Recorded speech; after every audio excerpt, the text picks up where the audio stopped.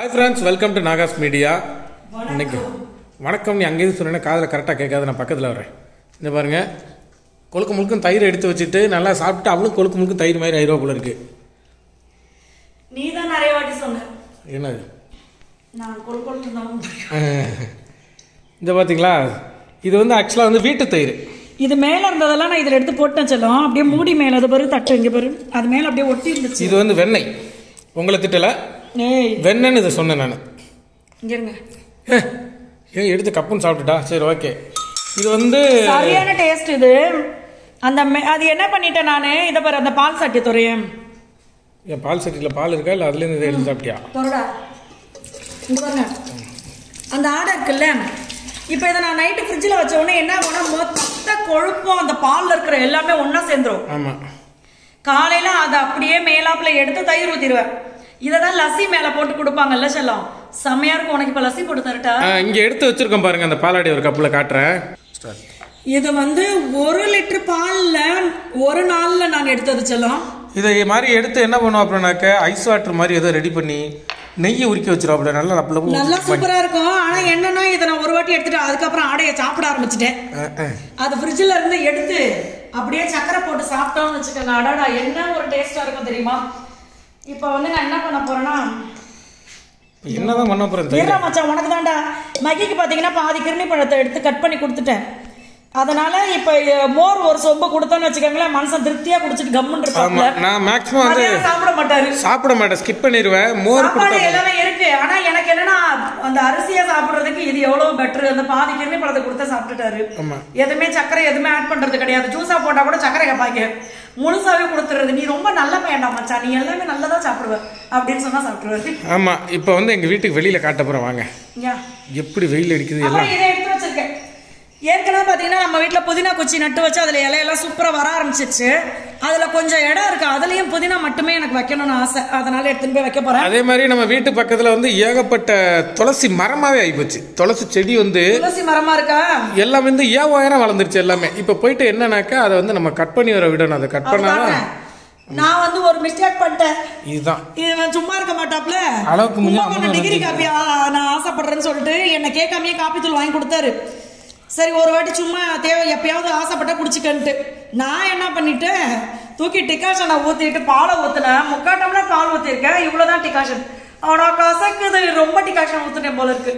சரி, இப்போ இதில் என்ன கொஞ்சம் பாலை ஊற்றி உங்கள் மம்மிக்கு ஷேர் பண்ணிட்டு பேலன்ஸ் நான் குடிச்சுக்க போகிறேன். ஓகே, நடக்கட்டும் வாங்க.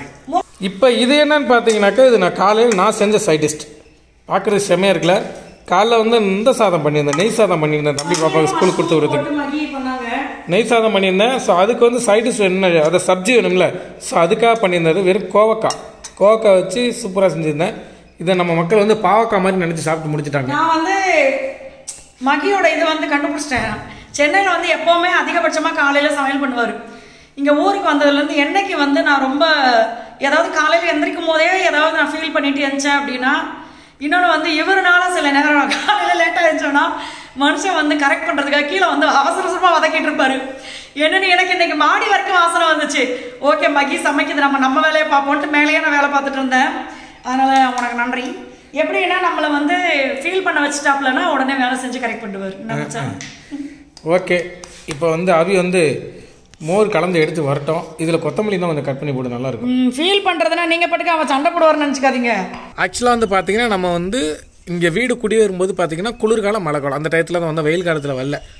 பட் என்னன்னாக்கா இப்போ வெயில் காலம் ஸ்டார்ட் ஆகிடுச்சு. ஆனால் ஓப்பனிங்கில் வந்து பார்த்தீங்கன்னாக்கா இப்போ நம்ம தோப்புக்குள்ளே இருக்கிறதுனால பிரச்சனை இல்லை. நம்ம வந்து வெளியில் உட்காந்துருக்கோமா, நல்லா கூலிங்காக இருக்குது.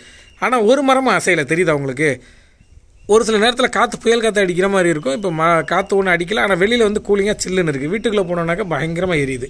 இதில் பார்த்தீங்கன்னா துளசி எல்லாம் பாருங்கள், மகியோடைய தலை ஹைட்டுக்கு வளர்ந்துருச்சு. துளசி வந்து நம்ம வீட்டில் வளருமா அப்படின்னு சொல்லி வருத்தப்பட்ட நேரம்லாம் இருக்குது. ஆனால் இப்போ எல்லாமே பார்த்தீங்கன்னா நல்லா ஹைட்டாக வளர்ந்துருச்சு. அதனால் நான் என்ன சொல்லிட்டேன்னா, எல்லாத்தையும் கட் பண்ணி விட சொல்லிட்டேன். ஷார்ட்டாக கட் பண்ணியாச்சுன்னா அது திருப்பி ஃபஸ்ட்லேருந்து வளரும். அதனால தான், ஏன்னா சாமிக்கு மட்டும்தான் நான் சாமி கும்பிடும்போது எடுப்பேன். மற்ற நேரம்லாம் துளசியை வந்து எடுக்கிறது இல்லைல்ல, அதனால் அது பூச்சி பிடிச்சி ஒரு மாதிரி ஆகிடுது. பெரிய பெரிய எறும்பாக இருக்குது. எறும்பு பெருசு. அதே மாதிரி இந்த மாதுளம்பழ தோல், ஆரஞ்சு தோல், இந்த மாதிரி எல்லாத்தையும் சேர்த்து நம்ம உரம் மாதிரி போடுறதுனால இங்கே பார்த்தீங்கன்னா நிறைய குட்டி குட்டி மாதுளம் செடியெல்லாம் முளைச்சிருக்குது. அதனால் ஒரு சில விஷயங்கள் எல்லாம் வந்து இந்த களை எடுப்போம்ல அந்த மாதிரி விஷயங்கள்லாம் நிறைய எடுக்க போகிறோம். ஏன்னா இந்த ஒரே இடத்துல பார்த்தீங்கன்னா ஏகப்பட்டது இருக்குது பாருங்கள். ஒரே இதில் 5 மாதுளை செடி இருக்கு, 5 புடுங்க போகிறோம்.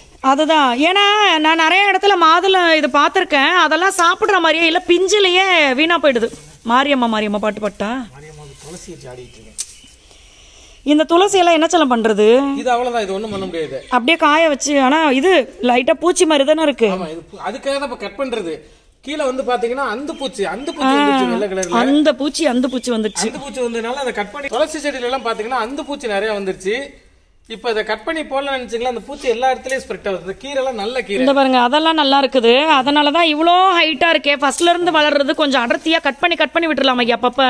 ஆமா, அந்த அடியில இருக்கல கட்டையா, அதை வச்சுதான் என்ன பண்ணுவாங்க, இது செய்வாங்க, மணி துளசி மாலை. அங்க பாருங்க, நம்ம வீட்டுல நான் இந்த அளவுக்குலாம் துளசி வளருமா அப்படின்னு நினைப்பேன். ஆனா அவ்வளோ ஹைட்டா வளர்ந்துருக்கு. அந்த கீழே இருக்கிறது பாத்தீங்கன்னா அப்படியே எவ்வளோ கட்டையா இருக்கு பாருங்க, சூப்பரா இருக்கு. அம்மா இதை உடைச்சு விட்டுட்டோம், நம்ம அங்கிட்டு போலாம் வாங்க பின்னாடி. அது எது? ஆமா பாருங்க எவ்வளோ இருக்குது, நிறைய இருக்குது. அது பெரிய காட்டே காலி பண்ண மாதிரி இருக்கு. அதான் பாருங்க என்னது துளசி செடி எவ்வளவு இருக்கு. அந்த பாருங்க வாசல்ல. அதனால தான் சரி நிறைய கட் பண்ணி விட்டுருவோம். ஏன்னா ஏகப்பட்ட துளசி வாசல்ல வந்து அந்த விதை விழுந்து அது இது எல்லாமே துளசி தான். என்னன்னா அங்கே சென்னையில் இருக்கும் போது பார்த்தீங்கன்னா நம்ம வீட்டில் துளசி செடி வரலன்னு சொல்லி என்னை ஒருத்தவங்க கிண்டல் பண்ணாங்க. துளசி செடி வரலன்றதுக்காகவே கிண்டல் பண்ணாங்க. ஆனால் இப்போ பார்த்தீங்கன்னா ஏகப்பட்ட துளசி செடி வீட்டை சுற்றி. ஒரு பக்கமா வெயில் அடிக்குது, ஓடு உள்ள. வெயில் பார்த்தீங்கன்னா சரியான வெயிலாக இருக்குது. கொஞ்ச நேரம் வேலை பார்த்துட்டு அந்த செடியெல்லாம் எடுத்து போட்டுட்டு மற்ற வேலையை நாளைக்கு பார்த்துக்கலாம் அப்படின்ட்டு வந்தாச்சு. இந்த வெயிலெல்லாம் போய் பண்ண முடியாது. இன்னொரு முக்கியமான விஷயம் பார்த்தீங்கன்னா, நம்மளோட நாகாசோலை நேச்சுரலில் என்னென்ன ப்ராடக்ட் இருக்குது அப்படின்றத நான் கமெண்ட்ல பின் பண்ணுறேன். வாட்ஸ்அப் நம்பரும் கொடுக்குறேன். எந்த டவுட்டாக இருந்தாலும் நீங்கள் வாட்ஸ்அப் பண்ணுங்கள், உங்களுக்கு டீட்டெயிலாக உங்களுக்கு ரிப்ளை வந்துடும்.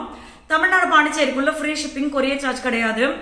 இன்னொன்று வந்து weight loss combo. Once weight loss ஆயிடுச்சு அப்படின்னா திருப்பி ஃபாலோ பண்ணணுமா, கண்டினியூ பண்ணணுமா அப்படின்னு சொல்லி நிறைய ஃப்ரெண்ட்ஸ் கேட்டிருந்தீங்க. இதை வந்து நீங்கள் தொடர்ந்து ஃபாலோ பண்ணணும் அப்படின்றது அவசியம் கிடையாது. உங்களுக்கு வெயிட் லாஸ் எவ்வளோ நடக்கணுமோ அதோட வெயிட் லாஸ் ஆயிடுச்சுன்னா போதும், ஸ்டாப் பண்ணிடலாம். ஒரு சிலர் மட்டும் பார்த்தீங்கன்னா இப்போ ஏஜான அம்மா அப்பா, அதுக்கப்புறம் நின்னே வேலை பார்க்குறவங்க, இந்த மாதிரி இருக்கிறவங்களாம் வெயிட் லாஸ் ஆனதுக்கு அப்புறமா அவங்களுக்கு பிடிச்சிருக்கு அப்படின்னு சொல்லி நைட்டு ஒரு வேளை மட்டும் ஃபாலோ பண்ணிட்டு தான் இருக்காங்க. ஸோ இதை வந்து திருப்பி கண்டினியூ பண்ணுறது பண்ணாதது உங்களோட இஷ்டம். நீங்கள் வெயிட் லாஸ் ஆனதுக்கு அப்புறமா இதை கண்டினியூ பண்ணி தான் ஆகணும் அப்படின்றது கிடையவே கிடையாது. வெயிட் லாஸ் ஆயிடுச்சுன்னா நீங்கள் வீட்லேயே கலோரி கம்மியான ஃபுட்டெல்லாம் ஹெல்த்தியாக சாப்பிட்டுட்டு மெயின்டைன் பண்ணிக்கலாம். சரிங்களா? இதை நிப்பாட்டினா வெயிட் போடுமா அப்படின்றதும் கிடையாது, வெயிட்லாம் போடாது. உங்களுக்கு வெயிட் லாஸ் ஆயிடுச்சுன்னா நீங்கள் அதை மெயின்டைன் பண்ணிக்கலாம். அதே மாதிரி கால்சியம் அண்ட் அயன் பவுடர், இதை பார்த்தீங்கன்னா ஏகப்பட்ட ஃப்ரெண்ட்ஸ் ஒரு நாளைக்கு எனக்கு 2-3 பேராவது சொல்லிடுவாங்க கால் பண்ணும்போது, எனக்கு வந்து இந்த கால்சியம் பவுடர் எடுத்து இடுப்பு வலி போயிடுச்சு, முட்டு வலி போயிடுச்சு, திருப்பி அந்த வலி இருந்த நினப்பு கூட இல்லை எங்களுக்கு அப்படின்னு சொல்லி. ஸோ அந்த அளவுக்கு சரியாகும். அதே மாதிரி பார்த்தீங்கன்னா நம்மளோட இம்யூனிட்டி பூஸ்டர் எந்த கிளைமேட்ல வேணாலும் எடுத்துக்கலாம். சூப்பரா உங்களுக்கு இந்த சளி சம்பந்தப்பட்ட பிரச்சனை, அதே மாதிரி மூச்சு வாங்குறதுக்கு சிரமம், அதாவது மூச்சு இழுக்கிறதுக்கு சிரமமா இருக்கு. ஸோ இந்த மாதிரி விஷயம் எல்லாத்துக்குமே நீங்க தாராளமா அதை எடுத்துக்கலாம். வீசிங் இருக்கிறவங்க நிறைய பேர் இதை எடுத்துக்கிறாங்க. ஸோ சூப்பரான ரிசல்ட் இருக்கும். அதே மாதிரி என்னென்ன ஆயில் ஐட்டம்ஸ் அப்படின்னா hair oil, skin oil, glow serum, Kumkumadi lip lightening cream, Kumkumadi serum. அடுத்தது பார்த்தீங்கன்னா டாண்ட்ரஃப்க்குன்னு தனி ஆயில் இருக்கு. ஸோ ஸ்கின் பிரச்சனைக்குன்னு தனி ஆயில் இருக்கு. ஸோ இந்த மாதிரி எல்லாத்துக்குமே உங்களுக்கு வந்து ஒவ்வொரு ப்ராடக்ட் தனித்தனியா இருக்கு. ஸோ இதை வந்து நீங்க ட்ரை பண்ணி பார்க்கணும் அப்படின்னா டீட்டெயில் எல்லாமே நான் உங்களுக்கு கமெண்ட்ல பின் பண்றேன். வாட்ஸ்அப் பண்ணுங்க, உங்களுக்கு எல்லா டீட்டெயிலும் வரும். தமிழ்நாடு பாண்டிச்சேரிக்குள்ள ஃப்ரீ ஷிப்பிங், கொரியர் சார்ஜ் கிடையாது. அதே மாதிரி வெளிநாடுகளுக்கு நிறைய இடங்களுக்கு நம்ம அனுப்பிட்டு இருக்கோம். இப்போ பார்த்தீங்கன்னா ஒரு சூப்பரான விஷயம் நம்மளுக்கு அமைஞ்சிருக்கு. அது சக்சஸ்ஃபுல்லா ஓகே ஆனவொன்னு நான் உங்களுக்கு அதுவும் அந்த குட் நியூஸ் சொல்லிடுறேன். ஸோ எல்லா ஃப்ரெண்ட்ஸ்க்குமே ரொம்ப ரொம்ப நன்றி.